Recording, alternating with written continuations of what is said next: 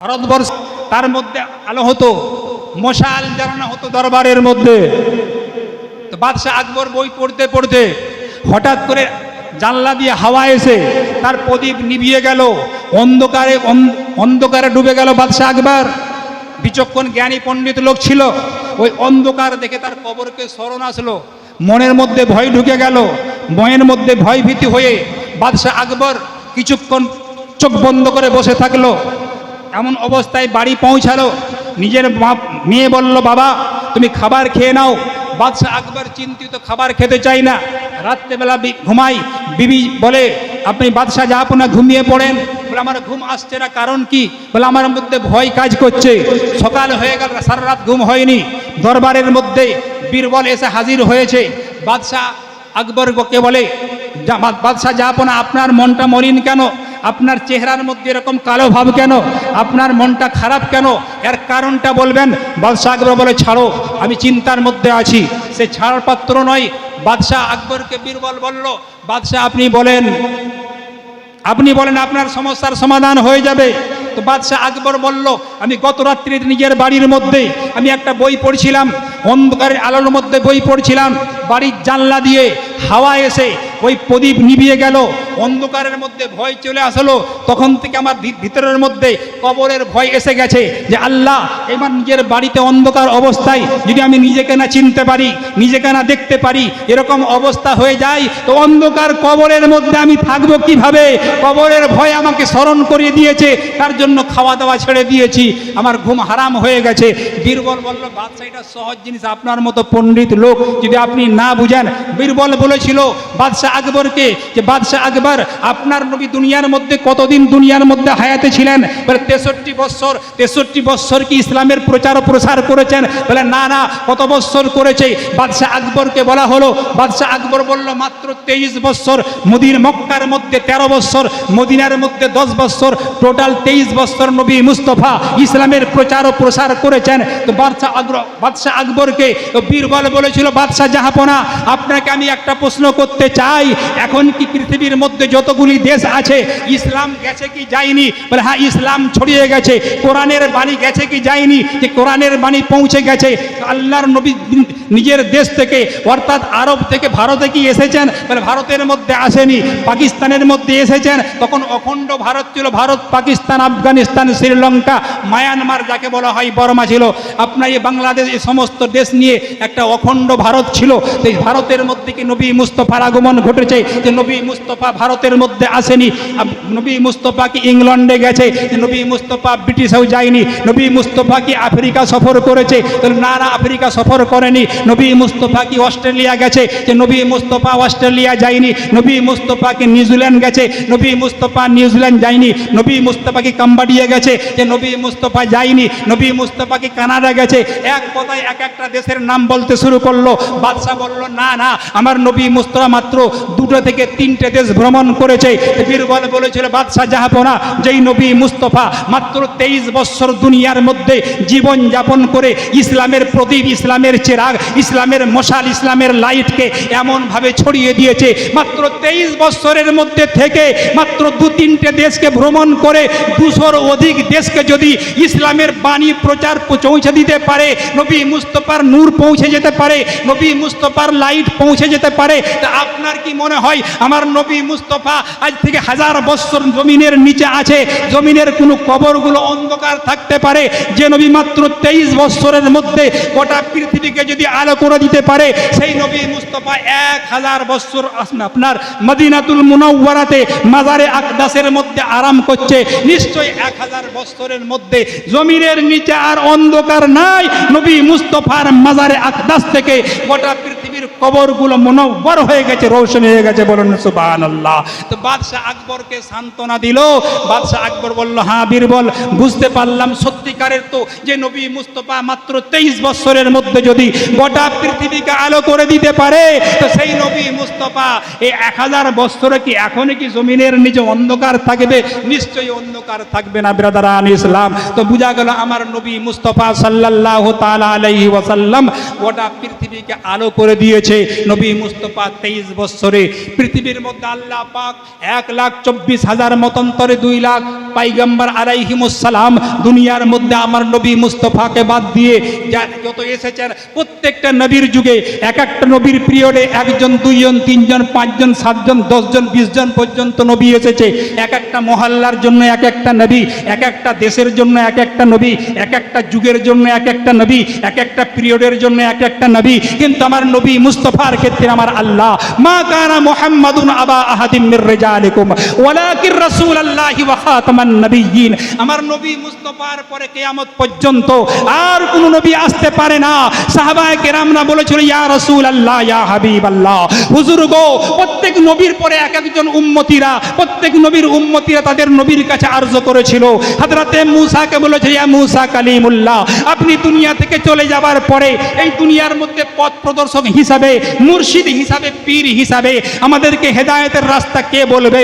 হযরতে মূসা কালিমুল্লাহ বলেছিল আমার পরে একজন নবী আছে যার নাম ঈসা রুহুল্লাহ। হযরতে ঈসা রুহুল্লাহকে জিজ্ঞাসা করা হয়েছিল হুজুর গো আপনি দুনিয়া থেকে চলে যাবার পরে আমাদেরকে কে হেদায়েতের রাস্তা দেখাবে? হযরতে ঈসা বলেছেন আল্লাহর কোরআন গাওয়া দিচ্ছে ও মুবাশশিরাম বিরাসূলিন ইয়াতি মিন বাদি ইসমুহু আহমদ, আমার পরে একজন নবী আসছে যার নাম হবে আহমদ, তাকে সুসংবাদ দিয়ে দিয়েছিল সেই নবী গোটা পৃথিবীর মধ্যে আলোকিত করে দিবে। কিন্তু আমার নবী মুস্তফার শান ও মান সম্মান আমার আল্লাহ নবীর পরে আর কোন নবীকে পাঠায়নি। আমার আল্লাহ জানে আমার নবী মুস্তফা 13 বছরে এমন রিচার্জ করবে গোটা পৃথিবীকে যে কিয়ামত পর্যন্ত ইমাম মেহেদী পর্যন্ত ওলামায়ে ফোকাহা আর আপনার গস কুতুবের আবদালে গোটা দুনিয়া ভরে যাবে নবী মুস্তফার জন্য। আল্লাহর নবী সাল্লাল্লাহু আলাইহি ওয়াসাল্লামের মুজিজা এটা যে এখন পর্যন্ত ইসলাম যেভাবে ছিল সেভাবেই আছে আর কিয়ামত পর্যন্ত ইসলামের রূপ ও রং সেরকমই থাকবে। বলুন সুবহানাল্লাহ। বিরাদরান ইসলাম কিন্তু সাহাবায়ে কেরাম তদ্রু আমার নবী মুস্তফাকে বলে ইয়া রাসূলুল্লাহ ইয়া হাবিবাল্লাহ, হুজুর গো আপনি যখন দুনিয়া থেকে চলে যাবেন এই দুনিয়ার বাগডোর, এই দুনিয়ার সমস্ত মাসনাদের হাকিম উকিল কাকে করে যাচ্ছেন? আমার নবী মুস্তফা সাল্লাল্লাহু আলাইহি ওয়াসাল্লাম। সাহাবায়ে কেরামকে লক্ষ্য করে বলেছিলেন ও আমার সাহাবীরা কান দিয়ে শুনো শুনো, আমার নবী মুস্তফাকে বলল ইয়া রাসূলুল্লাহ আপনি যখন পর্দা করে যাবেন আমরা কি নিয়ে থাকবো? আমার নবী মুস্তফা বলেছিলেন ও আমার সাহাবীরা তোমাদেরকে চিন্তা করতে হবে না, তারাক্তু ফীকুমুস সাকালাইন, আমি তোমাদেরকে দুটো ভারী জিনিস দিয়ে গেলাম। তারাক্তু ফীকুমুস সাকালাইন, আমি তোমাদের কাছে ছেড়ে গেলাম দুটো ভারী জিনিস। একটা হচ্ছে কিতাবুল্লাহি ওয়া ইতরাতি, 1 নম্বর কোরআনে হাকিম একে কিয়ামত পর্যন্ত আঁকড়ে ধরবে। ওয়া ইতরাতি, আমার আহলে বাইতকে কিয়ামত পর্যন্ত ধরে রাখবে, তাহলে কিয়ামত পর্যন্ত তোমাদেরকে কেউ পথভ্রষ্ট করতে পারবে না। বলুন সুবহানাল্লাহ। আমরা নিশ্চয়ই দুটোকে ধরে আছি। কি আওয়াল ভাই, নিশ্চয়ই ধরে আছি তো? আহলে বাইতকেও ধরে আছি আর কোরআনকেও ধরে আছি। কিন্তু নামাজ হলেই কিন্তু আমাদের কাজ ব্যস্ততার মধ্যে চলে যায়। ওয়া আতিম্মুস সিয়াম, তোমরা রোজা পুরা করো। রমজান মাস হলেই বলছে হুজুর পেটের গ্যাস, ডাক্তার বারণ করেছে রমজানটা রাখা যাবে না, এখন ভুগা থাকলে গ্যাস বেড়ে যাবে, আমার হার্টের রোগ আছে, প্রেসার বেড়ে যাবে, হার্ট বেড়ে যাবে, যত রোগ রমজান মাসে মুসলমানদের ঘরে ঢুকে যায়। কোরআন আমরা মানছি, কোরআন আমার নবী দিয়ে গেছেন। 1 নম্বর এক হাতে কোরআন আর এক হাতে আহলে বাইত পাক। আমার নবী মুস্তফা জানে এমন জামানা আসবে কোরআন নিয়ে ছিনিবিনি খেলবে।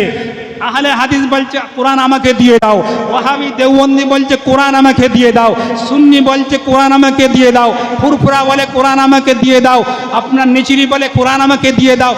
72 ফিরকার মধ্যে সবাই আল্লাহকে মাননেওয়ালা। আমার নবী মুস্তফা বলে 73 ফিরকার মধ্যে একটাই জান্নাতি। কোরআন সবাই মানে, কিন্তু আহলে বাইত আর কোরআন দুটোকে একসঙ্গে মানার লোক নাই। এটা আহলে সুন্নাতের আকীদা। বলুন সুবহানাল্লাহ।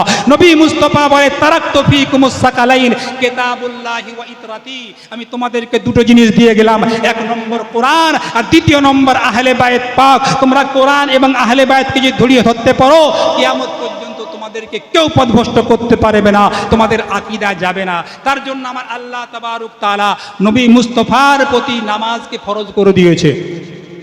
আমরা মুহররমের চাঁদ উঠলে কেউ ঢোল নিয়ে, কেউ লাঠি নিয়ে, কেউ তলোয়ার নিয়ে, কেউ বাজা নিয়ে, কেউ তাজিয়া নিয়ে, বিভিন্ন মানুষ বিভিন্নভাবে সৈয়দুস শুহাদাকে ইয়াদ করছে।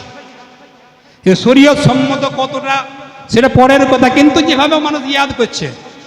আর যেদিন এই 10 তারিখ হয়ে গেল, ওর সমস্ত বাক্সই ভরে দিল। আবার যখন আসবে আবার রুমাল বেরোবে, গামছা বেরোবে, কত রকমের কত কি বেরোচ্ছে। 365 দিন পাত্তা নাই। কিন্তু আমার নবী মুস্তাফা বলে, তারাকতু ফীকুমুস সাকালাইনি কিতাবুল্লাহি ওয়া ইতরাতি। আমার নবী মুস্তাফা বলে, আমি তোমাদেরকে দুটো জিনিস দিয়ে গেলাম। 1 নম্বর কোরআনে হাকিম, আর 2 নম্বর আহলে বাইত পাক। আমার নবী মুস্তাফা বলে, আমি তোমাদের কাছে কিছুই চাই না, শুধুমাত্র চাই আহলে বাইতের ভালোবাসা, মোহব্বত। বলুন সুবহানাল্লাহ। আচ্ছা, আহলে বাইতের মোহব্বত আমরা কিভাবে করব? খিচুড়ি পাকিয়ে মহব্বত করব, না শরবত পান করিয়ে মহব্বত করব? আপনি খিচুড়ি কদিন খাওয়াবেন, আপনার গোডাউন খালি হয়ে যাবে। আপনি শরবত কদিন পান করাবেন, আপনার দোকানের চিনি শেষ হয়ে যাবে। কাজেই আপনি শরবত খাইয়ে, আপনি খিচুড়ি খাইয়ে আহলে বাইতের মহব্বত আপনি প্রকাশ করতে পারবেন না। তার জন্য আমার নবী মুস্তাফা আমাদের কাছে একটা সুন্দর জিনিস দিয়ে গেলেন, আকিমুস সালাহ, আস-সালাতু কুররাতু আইনি। আমার নবী মুস্তাফা বলে, ও আমার উম্মতিরা, তোমরা নামাজ পড়ে নাও, তোমরা 5 ওয়াক্ত নামাজটা পড়ো। তোমরা নামাজ পড়লে আমার চোখ শীতল হয়ে যাবে, ঠান্ডা হয়ে যাবে। বলুন সুবহানাল্লাহ। তার কারণ আমার নবী মুস্তাফা জানে যে নামাজই এমন একটি ইবাদত, যদি আহলে বাইতকে আপনি কিয়ামত পর্যন্ত ধরে রাখতে পারেন, আপনাকে নামাজ শুরু করতে হবে। বলুন সুবহানাল্লাহ। আপনারা এখানে এসেছেন, অনেকে উজু করেছে, করেনি, অনেকের উজু নাই। নারায়ে হোসেন, ইয়া হোসেন, ইমাম হোসেনের নাম নিলাম, কারো উজু আছে, কারো উজুতে নাই। কিন্তু আমার নবী মুস্তাফা এমন তরিকা দিয়ে গেছেন, আমার আল্লাহ তাবারক তাআলার এমন নিয়ম সিস্টেম করা আছে যে কোনো ব্যক্তি বিনা উজুতে ইমাম হোসেনের নাম নিতে পারবে না। আপনি যখন নামাজ শুরু করে দেন, নিয়তের মাধ্যমে আমরা নামাজ শুরু করে দিই। নামাজ এমন একটি ইবাদত, যেই ইবাদতের মধ্যে আপনি রোজা পেয়ে যাবেন, নামাজের মধ্যে আপনি হজের আরকান পেয়ে যাবেন, নামাজের মধ্যে আপনি ইশারে সওয়াব পেয়ে যাবেন, নামাজের মধ্যে আপনি চালিসা চাহারুম পাবেন, নামাজের জন্য বাপ মায়ের দোয়া পাবেন, নামাজের জন্য আপনার দুলাভাই, আপনার মামা খালু, তার জন্য দোয়া পাবেন, নামাজের জন্য দোস্তের জন্য দোয়া হয়, দুশ্মনের জন্য দোয়া হয়। নামাজ এমন একটি ইবাদত, আপনার ভাইয়ের সঙ্গে আপনার কথাবার্তা নাই, তার সঙ্গে আপনার লেনদেন নাই, তার সঙ্গে আপনার খাওয়া দাওয়া নাই, তার সঙ্গে আপনার দাওয়াত যাওয়া আসা নাই। কিন্তু আপনি যদি নামাজ পড়তে শুরু করে দেন, আপনি যখনই নামাজ পড়বেন, আপনার ভাইয়ের সঙ্গে আপনার দোস্তি নাই, দুশ্মনী আছে, কিন্তু আমার আল্লাহ রহমানুর রহিম, আমার আল্লাহ বলে, বান্দা তুমি নামাজ পড়ো, তোমার নামাজের সওয়াব আমি তোমার ভাইয়ের কবরে এখন মধ্যে আমি আল্লাহ স্বয়ং পৌঁছে দেব। বলুন সুবহানাল্লাহ। কেউ ঘিরে রাখতে পারবে না। ছেলের বিয়ে দিয়েছেন, খাসি করেছেন, দুম্বা করেছেন, ডাকেননি, ওকে ডাকবো, ওর মুখ দেখবো না। আমার আল্লাহ বলে, তুই মুখ না দেখ, কিন্তু নামাজের সওয়াব তোর ভাইয়ের কবরে আমি পৌঁছে দেব। সুবহানাল্লাহ। কালকে পড়বেন, না বাড়িতে পরশু দিন আরো আসতে পারেন, শুনে নিবে ফেরেশতারা। হায়রে মুসলমান, এদের কাছে কোনো গুরুত্ব নেই মনে হচ্ছে। তো নামাজ এমন একটি ইবাদত, যেই নামাজের মধ্যে আপনি সব পাবেন। আপনাকে নামাজ নিয়ে রিসার্চ করতে হবে। মোল্লাজি মনে করছে, ইমাম সাহেব মনে করছে আমি 10,000 টাকা 8,000 টাকা পাচ্ছি, আল্লাহু আকবার, নামাজ পড়ে দিলাম, মাস শেষ করে দিলাম, বেতন নিয়ে নিলাম। মুসল্লি মনে করছে আমি 5 ওয়াক্তের নামাজে হাজির দিয়ে দিলাম, চায়ের দোকানে বসে মনে হচ্ছে এই জামানার গৌসে আজম বসে আছে, 5 ওয়াক্ত পড়ে, জানিস মানে একদিনও কাজা নাই। তুমি কার করে এহসান করেছো? নামাজ পড়েছো, তুমি ব্যায়াম হয়েছে, শরীরের অনুশীলনী হয়েছে, শরীরের এক্সারসাইজ হয়েছে, তোমার শরীর ভালো থাকবে। আমার আল্লাহ জানে একজন মানুষকে বাঁচিয়ে রাখার জন্য তার শরীরে কত রকমের ব্যায়ামের দরকার। আজকে মানুষের যখন সুগার বেড়ে গেছে 400-500, ও ফজরের আগেই অ্যালার্ম দিয়ে রেখেছে, 3টার সময় উঠে যদি গায়ে দৌড়াচ্ছে। আমার আল্লাহ বলছে দৌড়াতে হবে না, 1400 বছর আগে আমার নবী মুস্তাফা বলে গেছে, এই ফজরের নামাজ পড়ে একটু হাঁটাচলা করে, এমনি তো সুগার চলে যাবে। মরার সময় কালমা পড়ে লাভ আছে, 500 এসে গেছে, এখন নামাজ পড়ে কাজ দিবে, সুগার কমবে আর হাঁটলে। ও যদি আগে থেকে হাঁটতে শুরু করতো, তাহলে আলহামদুলিল্লাহ তার সুগার হতো না। আমার আল্লাহ তাবারক তাআলা জানে একজন বান্দা 70, 80, 90 বছর বেঁচে থাকবে, তাকে বেঁচে থাকার জন্য তার শরীরের চর্চা কতটা দরকার। আমার আল্লাহ তাবারক তাআলা নামাজের মধ্যে যে সমস্ত দোয়া দরুদ রেখেছে, আমার আল্লাহ চাইলে নবী মুস্তাফার মাধ্যমে আপনি মসজিদের কোণে মুসাল্লা বিছিয়ে আপনি নিয়ত করে নিতে পারতেন, সূরা ফাতিহাও পড়তে পারতেন, আপনি সুবহান রাব্বিয়াল আযীম পড়তে পারতেন, সুবহান রাব্বিয়াল আলা পড়তে পারতেন, তাশাহুদের মধ্যে আত্তাহিয়াতও পড়তে পারতেন, সব কিছু আপনি বসে বসে করতে পারতেন। কিন্তু আমার নবী মুস্তাফা বলে সাল্লু কামা রাআইতুমুনি, তোমরা আমার নামাজ পড়ো আমি যেভাবে নামাজ পড়া দেখছো। আমার নবী মুস্তাফা সিস্টেম বলেছে, যখন নিয়তটা করবে তোমার হাতটা এই কিবলার দিকে এরকম আপনার তালুটা থাকবে, প্রত্যেকটা আঙুলের মাথা কিবলার দিকে ঝুঁকে থাকবে, কানের মধ্যে নিয়ে যাও, অর্থাৎ আল্লাহর কাছে তুমি মাফি মাগো। আল্লাহ আমি আর চুরি করব না, আল্লাহ আমি আর ডাকাতি করব না, আমি আর আল্লাহর হাজানি করব না, আমি আর মিথ্যা বলবো না, সমস্ত গুনার কাজ থেকে আল্লাহ আমি তওবা করে কান ধরে তোমার কাছে মাফি চাইছি। আল্লাহু আকবার। দাঁড়িয়ে গেল আল্লাহ তাকবীরে তাহরিমা বলা হয়। আর তারপরে পরে আর তার কোনো কথা বলার সুযোগ থাকে না, সালাম দিলে উত্তর দিতে পারে না, অর্থাৎ তাকবীরে তাহরিমা, অর্থাৎ সমস্ত দুনিয়ার জায়েজ জিনিসগুলোকে অনেক জিনিস তার জন্য হারাম হয়ে গেছে। সালাম দিতে পারবে না, জবাব দিতে পারবে না, খাওয়া দাওয়া করতে পারবে না, কথা বলতে পারবে না।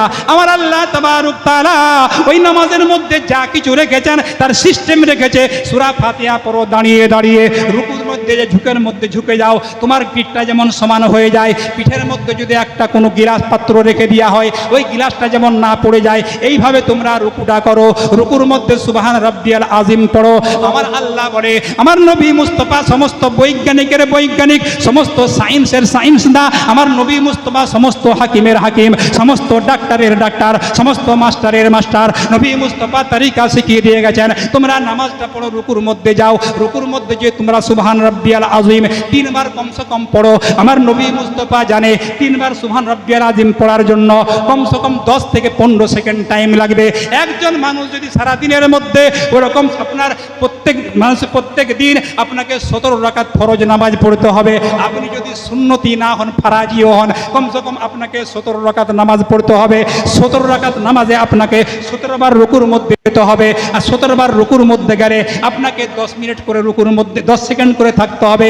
আমার নবী মুস্তাফা জানে, ও আমার উম্মতিরা, তোমরা 17 বার যদি তোমরা সুন্নত কেউ ত্যাগ করে দাও, শুধু ফরজটা আদায় করে নাও, আর রুকুর মধ্যে 10 সেকেন্ড করে দিয়ে দাও, তোমার কোমরের ব্যাধি থেকে তুমি সারা জীবন হেফাজত পেয়ে যাও। বলুন সুবহানাল্লাহ। কোমরের রোগ আমার নবী মুস্তাফা বলে, তারপরে তোমরা সাজদার মধ্যে যাও। তোমরা সাজদার মধ্যে গিয়ে যখন তুমি ঝুঁকবে, তোমার বুকটা যখন উপরের দিকে থাকবে, মাথা যখন নিচের দিকে থাকবে, আপনার ডাক্তারি মতে বলে একজন মানুষ যদি কমসে কম সারাদিনে 5 থেকে 10 মিনিট যদি তার মাথাটাকে নত করতে পারে, তার বুকটাকে যদি উপর দিয়ে করতে পারে, সে মানুষের কিয়ামত পর্যন্ত হার্টের অসুখ থেকে সে মানুষ পরিত্রাণ পেয়ে যায়। বলুন সুবহানাল্লাহ। তার জন্য আপনাকে কমসে কম সাজদা করতে হবে। আমার নবী মুস্তাফা বলেছেন একজন মানুষকে ব্যায়াম করতে হবে। ওযু করার জন্য আমরা ওযু করি, ওযুর মধ্যে আমরা কানের মধ্যে আমরা যা মাসা যখন করি, কানের মধ্যে মাসা করলে আপনার রক্তর ব্লাড চলাচল যখন করবে, আপনার কাঁধের মধ্যে রোগ আসবে না। আপনি যখন মাসা করবেন, মাথার বিমারি থেকে আল্লাহ আপনাকে হেফাজত করে দেবে। আপনি যখন নামাজের মধ্যে দাঁড়াবেন, আপনার দৃষ্টিটা কদমের দিকে থাকবে, আপনার সাজদা গায়ের মধ্যে আপনার দৃষ্টি থাকবে। ওই জন্য আমার আল্লাহ তাবারক তাআলা বলে, ও বান্দা তুমি সাজদার দিকে তাকিয়ে তাকিয়ে দেখো, তুমি নামাজ পড়ার সময় আমাকে স্মরণ করো যে বান্দা কাউকে দেখতে পাচ্ছি না, আমি আল্লাহকে দেখছি। তুমি যদি দেখতে না পাও, এটা স্মরণ করো, আমার আল্লাহ তোমাকে দেখছে। বিরাদারান ইসলাম, তার জন্য নামাজের মধ্যে আমরা সাজদা গায়ে দেখতে হয়। সাজদার সময় দুটো নাকের বাসার দিয়ে দেখতে হয়। আপনি তাশাহুদের মধ্যে বসবেন, তার সিস্টেম নবী মুস্তাফা তরিকা দিয়ে দিয়েছেন। একজন মানুষ আমরা যে তাশাহুদের মধ্যে বসি, আত্তাহিয়াত পড়ার সময় যেই অবস্থায় বসি, ওই অবস্থায় আপনি যখন প্রত্যেক দিন আপনি নামাজ পড়বেন, নামাজের মধ্যে যতবার আপনি তাশাহুদ করবেন, ওইভাবে যদি আপনি বসেন, আপনার হাঁটুর রোগ হবে না, আপনার শিরার রোগ থেকে আপনি বেঁচে যাবেন, মাথার যন্ত্রণা থেকে বেঁচে যাবেন। আমার আল্লাহ তাবারক তাআলা জানে, বান্দা যদি 5 ওয়াক্ত নামাজটা ঠিকঠাক তুমি আদায় করতে পারো, তার তোমার শরীরের সমস্ত রোগ থেকে তুমি মুক্তি পেয়ে যায়। বলুন সুবহানাল্লাহ। তার জন্য নবী মুস্তাফা বলে, আসসালাতু কুরআইনি। ওই জন্য আমরা নামাজ পড়লে না আল্লাহর উপকার হয় না নবীর হয়, সমস্ত কার হয়? আমাদের নিজের উপকার হয়। আমার আল্লাহ তাবারক তাআলা বলে, বান্দা 5 ওয়াক্ত নামাজ পড়ে তুমি শরীরকে সবসময় তরতাজা রাখো, শরীরকে সবসময় সার্ভিস করে রাখো। তারপরে যে বিরিয়ানি গিলছো, 1 কিলো 2 কিলো করে সপ্তাহে নিয়ে আসতেছো, খাচ্ছ, কাজু পেস্তা থেকে যত রকমের ফল ফ্রুট তুমি খাচ্ছ, গোটা বছরে তুমি পেটকে পচিয়ে দিচ্ছ।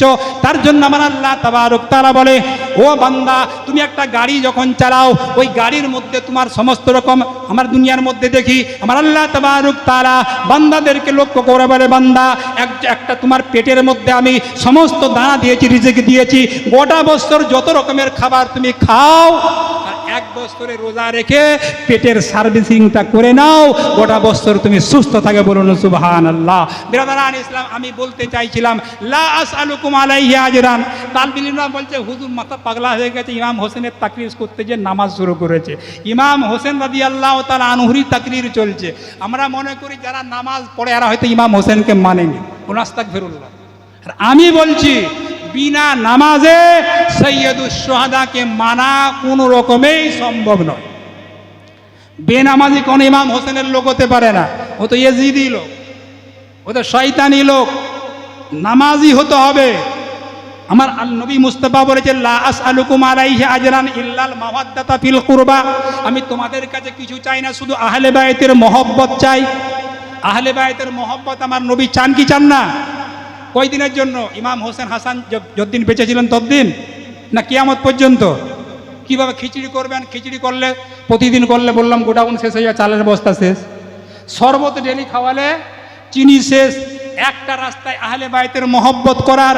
আল্লাহর কোরআন বলে ইন্নামা ইউরিদুল্লাহু লিইউযহিবা আনকুমুর রিজসা আহলাল বাইত ওয়া ইউতাহিরাকুম তাতহীরা। আমার নবী মুস্তাফা আর নবী মুস্তাফার ঘরানাকে আমার আল্লাহ পাক ও সাফ করেছে। বলুন সুবহানাল্লাহ।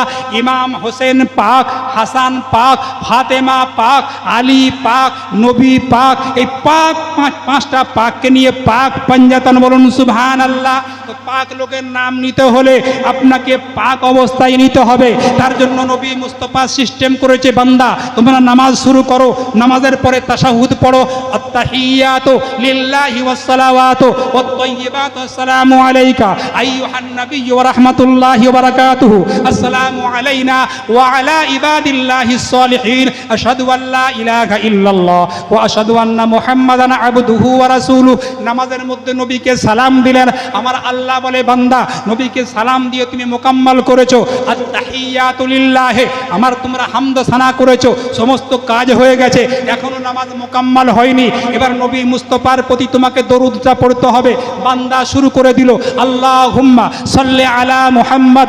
আমার নবী মুস্তাফার প্রতি দরুদ যদি না পড়েন আপনার নামাজ মোকাম্মল হবে না। যত বড় নামাজির বেটা নামাজি হোক, নবীর প্রতি বিনা দরুদে নামাজ তার কবুল হবে না। আমার আল্লাহ তাবারক তাআলা বলে বান্দা লা আসআলুকুম আলাইহি আজরা ইল্লাল মাওয়াদ্দাতা ফিল কুরবা। কোরআনের আইন প্রত্যেকটা মানুষকে আহলে বায়তকে মহব্বত করতেই হবে। তার জন্য নবী মুস্তাফা তারিকা রেখে গেলেন, যখন নামাজ পড়বে নবীর উপরে দরুদের সঙ্গে সঙ্গে আমার আহলে বায়তের প্রতি দরুদটা তোমাকে পড়তেই হবে।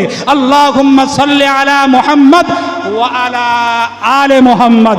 ব্রাদারান ইসলাম, এক জায়গায় জলসায় গেছিলাম, এলাকার নাম বলবো না। আমি বললাম আপনি নামাজের মধ্যে যদি খাজা গরিবে নামেদের নামে দরুদ না পড়েন আপনার নামাজ মোকাম্মল হবে না। কাগজে লিখে পাঠিয়েছে যে হুজুর খাজা বাবার নামে কোথায় দরুদ পড়া হয় নামাজে? আমি দরুদ পড়েন মুখস্থ আছে? বলে হ্যাঁ দরুদ ইব্রাহিম পড়েন। বলে হুজুর খাজা বাবার নাম তো নেই। খাজা বাবার নামে দরুদ পড়তে হবে, বড় পীরের নামে পড়তে হবে, আপনার জাইনুল আবেদিনের নামে পড়তে হবে, ইমাম হোসেন পাকের নামে পড়তে হবে, হাসান পাকের নামে পড়তে হবে, আর হযরতে ফাতেমার পুরো দরুদ পড়তে হবে, তাহলে আপনার নামাজ মোকাম্মল হবে। এক এক করে সব বুজুর্গের নাম শুরু করলাম। বলে হুজুর এতগুলো লোকের নাম কোথায় বলবেন? বলে অতগুলো লোকের নাম দরকার নাই। আমার আল্লাহ এমন সিস্টেম রেখে গেছে, 10 টাকার সিম আপনার 40 টাকা ব্যালেন্স পাবেন। একটা চিপসের মধ্যে আল্লাহ গোটা পৃথিবীকে ঢুকিয়ে দিয়েছে। আমার আল্লাহ তাবারক তাআলা দরুদের মধ্যে এমন চিপসের ব্যবহার করেছে 20 জিবি নয় কয়েক কোটি গুই, ওই একটা শব্দের মধ্যে গোটা পৃথিবীর যত আওলাদে ফাতেমা আছে সবের নাম এসে যাবে। আমার নবী মুস্তাফা শিখালেন আল্লাহুম্মা সাল্লি আলা মুহাম্মদ ওয়া আলা আলে মুহাম্মদ। আমি বললাম ভাইজান আলে মুহাম্মদ মানে কি? নবীর বংশধর। তো নবীর বংশের মধ্যে হযরতে খাজা মঈনুদ্দিন আছেন কি নাই? বলে হ্যাঁ আছে। ইমাম হোসেন পাকের আওলাদ হযরতে গৌসে আজম ইমাম হাসান পাকের আওলাদ কি নয়? ইমাম হাসান পাকের আওলাদ হযরতে জাইনুল আবেদিন ইমাম হোসেন পাকের আওলাদ কি নয়? হ্যাঁ ইমাম হোসেন পাকের আওলাদ হযরতে আলী আসগর ইমাম হোসেন পাকের আওলাদ কি নয়? ইমাম হোসেন পাকের আওলাদ হযরতে আলী আকবর, হযরত ইমাম হোসেন পাকের আওলাদ কি নয়? ইমাম হোসেন পাকের আওলাদ। এক এক করে নাম গিনাতে শুরু করলাম। বলে হুজুর এতদিন থেকে নামাজ পড়ছি, অত চর্চাই তো যায়নি, অত গভীরতার মধ্যে তো যায়নি। বলে আপনাকে যেতে কে বারণ করেছে? আল্লাহর কোরআন বলছে নামাজ মস্তিষ্ক ঠিকঠাক করে নামাজ পড়তে হবে। ইয়া আইয়ুহাল্লাযীনা আমানু লা তাকরাবুস সালাতা ওয়া আনতুম সুকারা, তোমরা যখন নেশা অবস্থায় থাকবে নামাজের ধারে পাশে যেও না। এই দুনিয়ার এত নেশা নিয়ে, এত ডাম্পার আর এত গাড়ি, এত বোলেরো আর এত স্করপিও, এত টেনশন নিয়ে নামাজ পড়লে আপনাকে নামাজের ধারে পাশে আসতে হবে না। মাইন্ড যখন ফ্রি হয়ে যাবে আল্লাহর দরবারে আসো, আমার আল্লাহ প্রস্তুত হয়ে রয়েছে। উজিবু দাওয়াতাদ দাঈ ইযা দাআন ফালিয়াস্তাজিবু লি, আমার আল্লাহ বলে বান্দা যখনই দোয়া করে আমি আল্লাহ তার কবুল করে নেই। বলুন সুবহানাল্লাহ। আল্লাহ সব সময় প্রস্তুত দোয়া কবুল করার জন্য, কিন্তু বান্দা দোয়া কবুল করার মতো আমাদের বান্দা আপনার সে তৌফিক আমাদের হয় না। নারায়ে তাকবীর, নারায়ে তাকবীর। হযরতে ফাতেমাকে, হযরতে রাসূলে পাককে, এক কথায় নবী মুস্তাফার ঘরানাকে কিয়ামত পর্যন্ত আহলে বায়তের মহব্বত করার জন্য কোরআন বলে লা আসআলুকুম আলাইহি আজরা ইল্লাল মাওয়াদ্দাতা ফিল কুরবা। তো নবী মুস্তাফা চান আমার আহলে বায়তকে ভালোবাসুক, আর আহলে বায়তকে ভালোবাসার জন্য একটাই রাস্তা, সেটা হচ্ছে পাঁচজাগানা নামাজ। নামাজের মধ্যে দরুদ পড়বেন, আল্লাহুম্মা সাল্লি আলা মুহাম্মদ ওয়া আলা আলে মুহাম্মদ। নবীর প্রতি দরুদ পড়তে হবে, আলে নবীর প্রতি দরুদ পড়তে হবে। অর্থাৎ আপনি প্রত্যেক দিন কিবলামুখী হয়ে মুসাল্লা পাক, বদন পাক, কাপড় পাক, জায়গা পাক, মন পাক, আর পাক অবস্থাতে পাক ব্যক্তির নামটা আপনি নেবেন, দরুদ পড়বেন, আল্লাহ পাক খুশি হয়ে যাবে। আমার আল্লাহ কোরআনের মধ্যে বলে ইন্নাল্লাহা ইউহিব্বুত তাওয়াবিনা ওয়া ইউহিব্বুল মুতাতাহহিরিন, আমার আল্লাহ তওবাকারীকেও পছন্দ করে, আর সবের থেকে যারা পবিত্র আল্লাহ পাক পবিত্রতাকেও পছন্দ করে। তা আমরা মুসলমান, আমরা পাক শাক থাকা অবস্থায় হযরতে সৈয়দুশ শুহাদার নাম নেব। ইমাম হোসেন পাকের সঙ্গে যদি মহব্বত রাখতে চান, ইমাম হাসান পাকের সঙ্গে মহব্বত রাখতে চান, গৌস পাকের সঙ্গে মহব্বত রাখতে চান, খাজা পাকের সঙ্গে মহব্বত রাখতে চান, আপনাকে নামাজ অনিবার্য পড়তেই হবে।